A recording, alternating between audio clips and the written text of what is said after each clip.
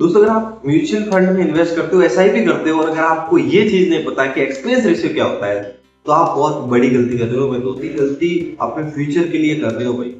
ठीक है, आज की वीडियो में मैं एक्सपेंस रेशियो क्या होता है, कैसे काम करता है, और दोस्तों एक्सपेंस रेशियो को देखना क्यों जरूरी है, और बिगिनर के लिए कौन सा जो फंड है एक्सपेंस रेशियो ज्यादा या कम का, वो कौन सिलेक्ट करना चाहिए, उसके बारे में हम बात करेंगे। सबसे पहले दोस्तों हम एक्सपेंस रेशियो को शॉर्ट में समझते हैं कि एक्सपेंस रेशियो होता क्या है। दोस्तों, एक्सपेंस रेशियो को समझने के लिए आपको ये समझना पड़ेगा कि मान लो आप 5,000 रुपए की एसआईपी करते हो, कोई भी फंड ले लो। जैसे मैं लार्ज कैप एक फंड ले लेता हूँ, ठीक है। अगर आपको ये चीज नहीं पता कि लार्ज कैप क्या होता है, स्मॉल कैप क्या होता है, तो मेरी एक वीडियो मैंने अपलोड की हुई है, उसमें मैंने सब बताया हुआ है कि लार्ज कैप मिड कैप क्या होता है। ठीक है, तो उसमें आपको जैसे आप क्लिक करोगे उस फंड पर, तो नीचे आपको एक्सपेंस रेशियो टैक्स वगैरह सबका एक लाइन आपको दिखेगी। उसमें आप क्लिक करोगे तो आपको उसका जो एक्सपेंस रेशियो है वो पता चलेगा कि इसका एक्सपेंस रेशियो एक्चुअल में है क्या। तो अगर मान लो इसका एक्सपेंस रेशियो है 0.8, ठीक है, मतलब आप 5,000 रुपए की एसआईपी करते हो, ठीक है, तो 0.8% के हिसाब से अगर मैं कैलकुलेट करूँ कि आपका एक्सपेंस रेशियो ये बनता है, तो 27,000 आपका कटना चाहिए। लेकिन उस टाइम आपका पैसा नहीं काटा। जैसे 5,000 रुपए की आप ऐसे करते हो तो 5,000 ही आपके इन्वेस्ट होंगे, ऐसा नहीं है कि उसमें 27 रुपए आपके कट के फिर आएंगे।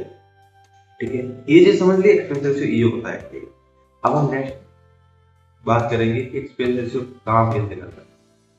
दोस्तों, एग्जाम्पल मान लो एक कंपनी है लार्ज कैप वाली, जो कैप को जो बहुत से फंड उनको मिला के एक कंपनी बनती है जिसको लार्ज कैप बोलते हैं। ठीक है, फंड बोलते हैं उसको, फंड। ठीक है, एएमसी क्या कहता है, एएमसी क्या करता है, एएमसी मतलब asset management company.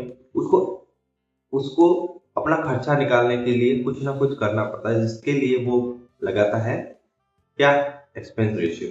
Expense ratio दोस्तों वो लगाता है, ठीक है, फंड पर। तो जो भी फंड मतलब इन्वेस्ट होता है उस पर एक्सपेंस रेशियो लगता है। अब एक्सपेंस रेशियो कैसे लगता है, ये चीज समझो।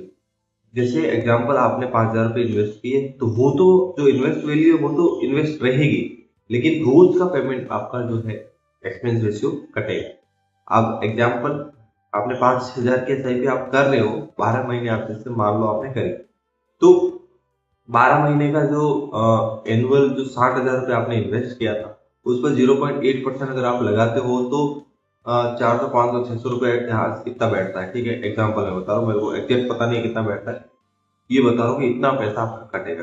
तो आपको कभी ये लगा है, आपने अगर एसआईपी करी होगी तो आपको ये चीज पता है क्या, आपका पैसा ऐसा कैसा पड़ा रहता, आपका पैसा नहीं कटता।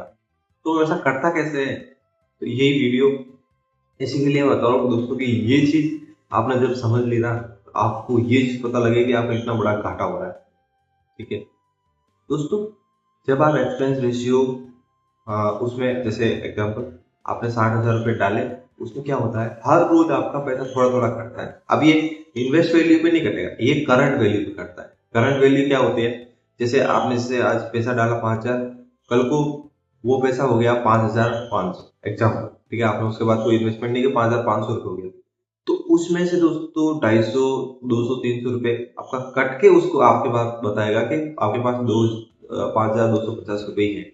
एक्चुअल में आप 5,500 थे, लेकिन 5,250 रुपए इसलिए बताएंगे क्योंकि उसका एक्सपेंस रेशियो कटा है। आपको लगेगा यार कि मार्केट ने मेरे को रिटर्न कम दिया है, ऐसा नहीं होता। एक्सपेंस रेशियो एडजस्ट होके ही आपको बताया जाता है। ये होता है एक्सपेंस रेशियो। बहुत ही इजी भाषा में अगर मैंने बताया कि एग्जाम्पल, अगर आप कभी भी इन्वेस्ट करो तो एक्सपेंस रेशियो को देखकर ही आपको इन्वेस्ट करना, क्योंकि ये शॉर्ट टर्म में तो ज्यादा आपको नहीं दिखेगा, लेकिन लॉन्ग टर्म में आपकी बहुत ज्यादा वेल्थ गायब हो सकती है, बहुत ज्यादा रियल में। ठीक है, ये चीज मेरे को जो पता चली यार, मैंने सोचा यार ये चीज तो यार मेरे को पैसा नहीं कट रहा है।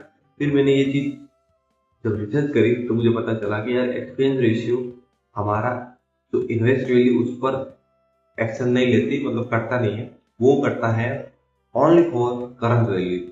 करंट वैल्यू जो चलती है उस पर कट के ही आपको, जब मार्केट लॉस में, आप कुछ लोग ये भी पूछते हैं कि भैया हमारा पैसा अगर लॉस में चला गया तो फिर क्या होता है, फिर भी कटता है। तो हाँ, फिर भी लॉस में भी आपका पैसा जो है कटता है, वो भी एडजस्ट होकर ही आपको बताया जाता है कि आज 500 का लॉस हो गया है, उसमें भी 200 सॉरी 150 या कुछ भी जो भी है XYZ जो भी वैल्यू है उसके कट कर फिर आपको बताया जाता है कि आज 500 का लॉस हो गया। यही होता है एक्सपेंस रेशियो। अब हम बात करें कि दोस्तों कि बिगिनर के लिए कौन सा फंड ठीक है या एक्सपेंस रेशियो सही रहता है।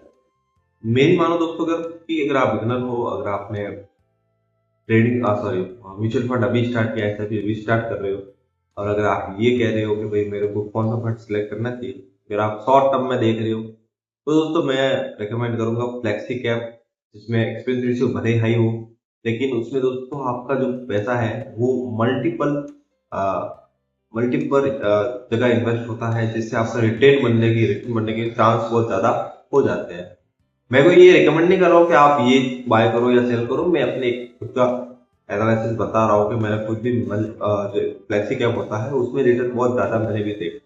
ठीक है, दूसरे अंदर कोई भी मार्केट के अंदर जैसे लार्ज कैप होता है तो वो लार्ज कैप की कंपनी जो भी गिरेगी तो वो भी गिरता है। ठीक है, लेकिन फ्लेक्सी कैप में ऐसा नहीं होता। फ्लेक्सी कैप में जो भी कंपनियां बढ़ती है उसके मुताबिक वो जो हमारा एसेट मैनेजमेंट जो मैनेजर होता है वो हमारा फंड को सही से इन्वेस्ट करता है अपनी खुद की रिसर्च के हिसाब से। वो भी कोई रॉबोट नहीं है जो सही 100% हो जाए, फिर भी वो अपनी खुद की, हमसे तो वो बेटर है, तो इसलिए वो इन्वेस्ट करता है। ठीक है, अगर ये वीडियो आपको पसंद आया हो तो वीडियो को लाइक करो, चैनल को सब्सक्राइब करो और नेक्स्ट वीडियो का इंतजार करो। ऐसे ही बढ़िया वीडियो आपके लिए बेसिक शेयर मार्केट की नॉलेज के लिए वीडियो लाता रहूंगा। मेरी अगर पहले वाली वीडियो नहीं देखी तो पहले वाली वीडियो को वॉच करो, और ये video only for education purpose के लिए है।